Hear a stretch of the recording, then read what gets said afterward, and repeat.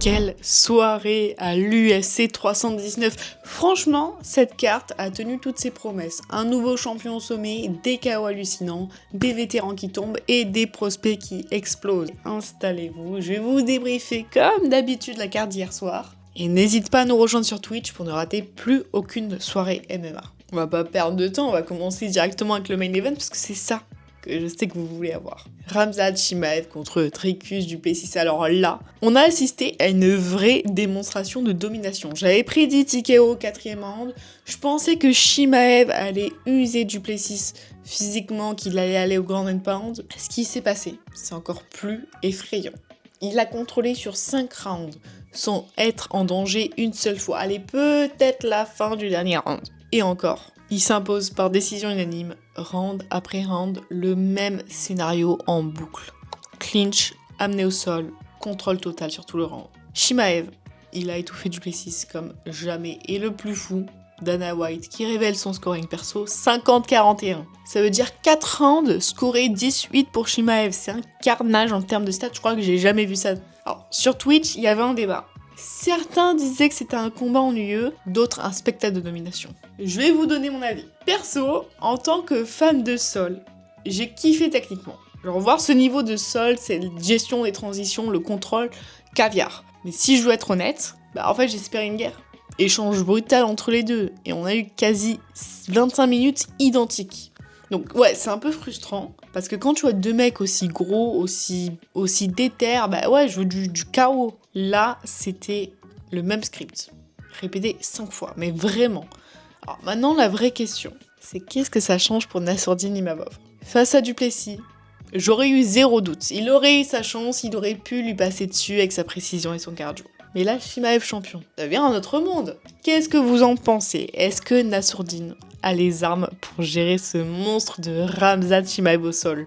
Ça me fait un peu peur, je vous avoue. Mais je me dis, mais s'il le passe, mais dans quelle folie on est ? D'autant plus que Chimaev, il l'a confirmé après le combat, le vainqueur de Borayo Imavov, ce sera le prochain à se battre pour la ceinture. Et il a dit lui-même, oui bien sûr, ils savent que je suis fort, je sais qu'ils sont forts, ce sera un bon combat dans tous les cas. Si Nassourdine gagne son prochain combat, on parle bien d'un title shot direct contre Khamzat, pas de perte de temps. Et je pense que pour nous les fans français, c'est énorme. Donc dernier point, Chimaev a annoncé dans la foulée qu'il était prêt à revenir dans 2 mois à Abu Dhabi. Donc imaginez la dinguerie si l'UFC cale sa première défense là-bas, avec tous les fans autour de lui.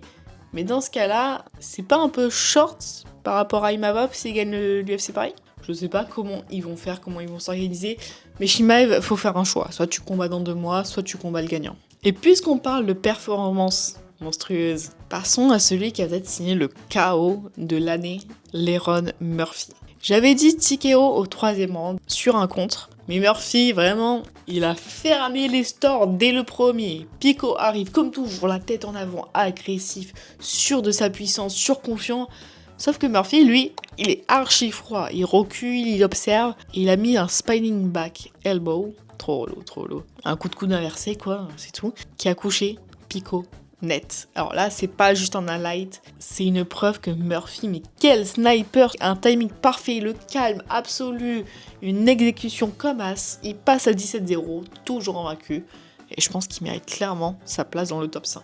J'adore Pico, très très cool, et de son côté, ça commence à sentir un peu, toujours aussi monstrueux, mais un peu ce côté précipitation qui le fait tomber. Et à ce niveau-là, ça pardonne pas, au bout d'un moment, tu peux plus faire ça. Donc après ce KO en featherweight, on descend d'une autre catégorie pour un finish de folie. Carlos Prates, le roi de l'imprévisible. J'avais dit KO imprévisible au 2e round, mais il a fait encore plus fort, lui aussi. Coup de coude inversé à 1 seconde de la fin du premier. Prates est en train de devenir le cauchemar des welterweights. Ce mec, c'est l'incarnation de l'imprévisibilité. Tu peux pas lire ses intentions. Neil, il a essayé de s'installer, trouver son jab, de cadrer, et d'un coup, il se fait démonter par un coup sorti de nulle part.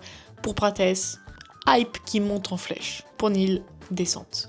3 défaites en 4 combats. Lui qui était un contender sérieux il y a encore peu, il y a pas longtemps, il a perdu toute crédibilité pour le top 15. Donc après 2 finishes spectaculaires, changement de rythme avec un combat plus tactique, Michael Page face à Cannonier. J'avais annoncé exactement ça. Page par décision unanime en contrôlant totalement la distance. Et c'est ce qu'on a eu. MVP n'a pas cherché à faire de spectacle gratuit, il a fait du MVP intelligent. Ses petits jeux de jambes, ses feintes, ses coups rapides, les angles un peu chelous. Et Cannonier a passé son combat à courir dans le vide, mais il faut lui dire que ça ne sert à rien. C'était une vraie masterclass tactique. MVP, il a prouvé qu'il pouvait battre un gros puncher sans prendre de risques, en le neutralisant sur 3 rounds et en le faisant de manière trop facile. Pour moi, ça c'est plus fort qu'un KO. Il montre qu'il peut s'adapter et jouer sérieux. Alors maintenant, la question est claire. Est-ce qu'on lui donne un top 5 direct, parce que pour moi, là, il le mérite, ou on attend encore un peu? Dites-moi ce que vous en pensez. On enchaîne avec une autre surprise de la soirée, Tim Elliott, qui a rappelé qu'il faut jamais enterrer un vétéran trop vite. Là, grosse surprise.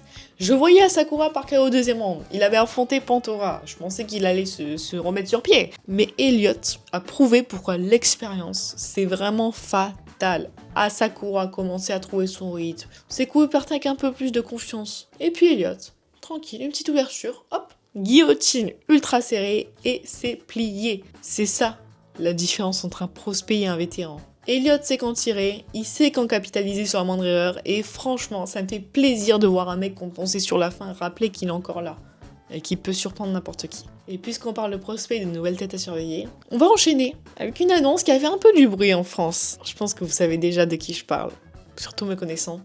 Lawson Keita signe à l'UFC et combattra à Paris.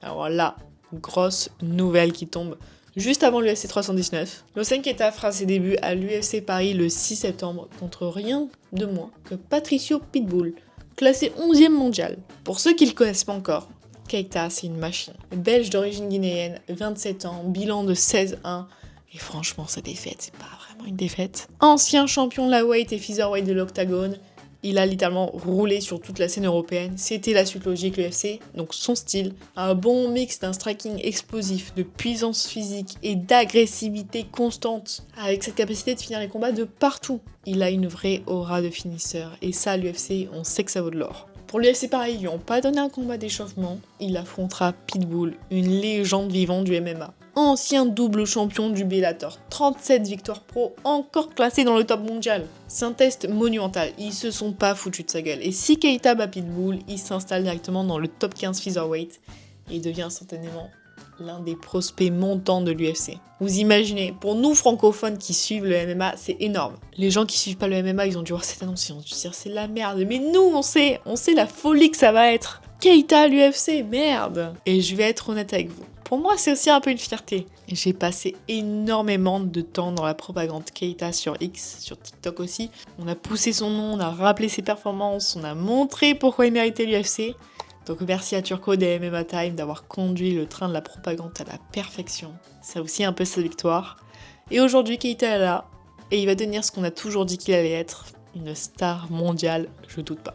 Et justement, côté surprise et confirmation, les prélims nous vont faire 3 combats, 3 bons moments à retenir. Alors là, si je me fais pas démonter sur comment je prononce les noms, Michal Oleksiejczuk, on va dire Olek, ça va être plus simple, contre Gerald Meerschaert. KO violent dès le premier round.